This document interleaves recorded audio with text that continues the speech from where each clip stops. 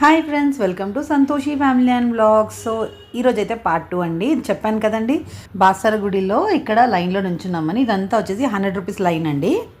So ఈ లైన్లో మేము మళ్ళీ గర్భగుడి లోపలికి కూడా వెళ్ళామన్నమాట. మంచిగా అయిందండి అమ్మవారి దర్శనం అయితే. ఇంకా అక్కడ వీడియో తీయదు కాబట్టి తీయలేదు. అక్కడి నుంచి బయటకు వచ్చాక చూస్తే ఇక్కడ అమ్మవారి చీరలన్నీ కూడా ఆప్షన్ వేశారనమాట.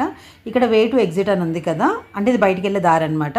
సో బయటకు వచ్చే దారిలో మనకి ఇక్కడ దీపాలు వెలిగించేది కనిపిస్తుంది. కార్తీక మాసంలో అందరూ దీపాలు వెలిగిస్తారు కదా, సో మేము కూడా ఇక్కడ దీపాలు తెచ్చుకున్నాం ఇంటి దగ్గర నుంచి. ఇలా ఇక్కడ నీ యాత్రలకు వెళ్ళినప్పుడు అయితే ఖచ్చితంగా వెలిగిస్తామండి, మా వదిన చెప్తారనమాట, ఖచ్చితంగా పెట్టుకోండి అమ్మా అనేసి. సో ఇంకా అక్కడ తర్వాత బయటకు వచ్చిన తర్వాత చూస్తే ఇక్కడ అక్షరాభ్యాసం చేసిన వాళ్ళకి ఫొటోస్ అవి తీస్తారు కదా, ఇక్కడ ఇస్తారంట.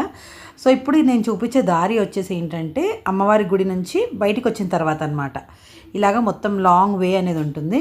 ఫస్ట్లో చెప్పాను కదండి స్పెషల్ దర్శనం తీసుకెళ్తారని చెప్పేసి, అది ఇక్కడ అనమాట. డైరెక్ట్గా బయట నుంచి ఇక్కడ లోపలికి ఈజీగా వెళ్ళిపోవచ్చు. పెద్దవాళ్ళ కోసం అయితే మంచి వీల్ చైర్ ఆప్షన్ కూడా ఉందండి.